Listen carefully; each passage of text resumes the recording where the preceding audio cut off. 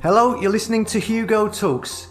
It's just so predictable, isn't it? I mean, if you asked me, say, 2 years ago, are people led and influenced by the media? I would say, yeah, of course they are.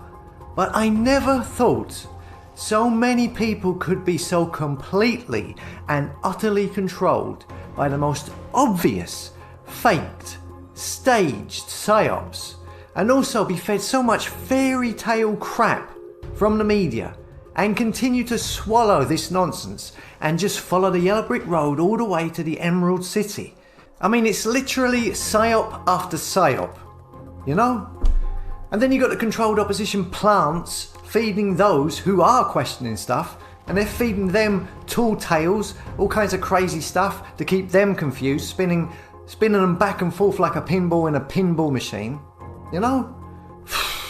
Anyway, here we see Finland, and this, oh, what a surprise!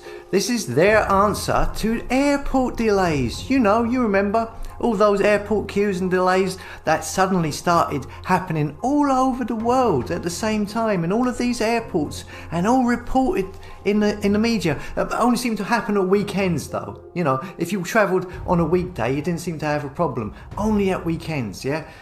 Finland have the solution. Can anybody guess what the solution is? Oh look, it's a digital passport. Oh wow, you don't say. And of course, look, the default photo of a Muppet in a mask. Got to have photos of someone in a mask. Got to keep that conditioning of the people going, haven't we? Oh yes, of course you have.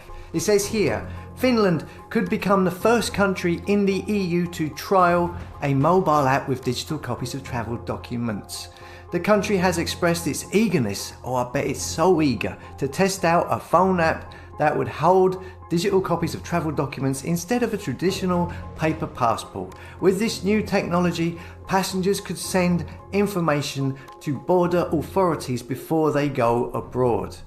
Oh, looky here we go. Just as we imagined. It says here, could digital passports be the answer to airport delays? It says. For now, passengers involved in the trial will still have to carry their physical paper passports and undergo checks by border agents. But in the long run, the aim is for people to not have to carry any documentation at all aside from their phones, their smartphones. Travellers could simply be identified using a photo of their face when they are boarding a plane or passing a security check.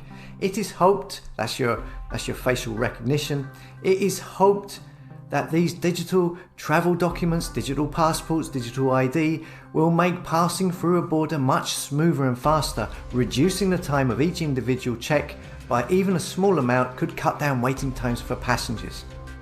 So, you know, some people, they were asking there a few months back or a couple of months back, why have all these delays and massive queues appeared all of a sudden at the airports and in all of these countries?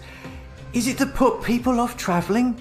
Well, yeah, to a certain degree, but all of those delays and those reports and that media propaganda was also so they could say, oh look, you need to get a digital passport, and that will end these long queues. Next they will have, two different queues probably. A fast one for digital passports and then a very slow one for normal passports, all to coerce people into the digital trap. The only other country that sort of has a digital passport is, wait for it, it's Ukraine. That's the place that is supposedly in the middle of a war, while its leader is doing photo shoots for Vogue, opening bloody Glastonbury, doing speeches at the Grammys, appearing as a freaking hologram, and welcoming movie stars and pop stars every other weekend and giving them a sightseeing tour. Yeah, that Ukraine. Ukraine gave the same legal status to digital passports as physical ones, it says here.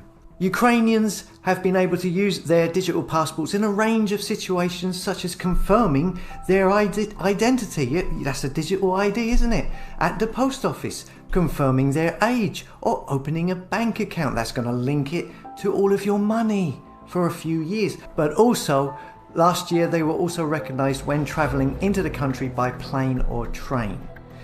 And what does that tell you exactly? Well, it tells you that the smartphone's going to be the hub of your digital ID, the passport, your money, your access to your bank, your access to your government, all kinds of things, everything will be linked to your smartphone, yeah?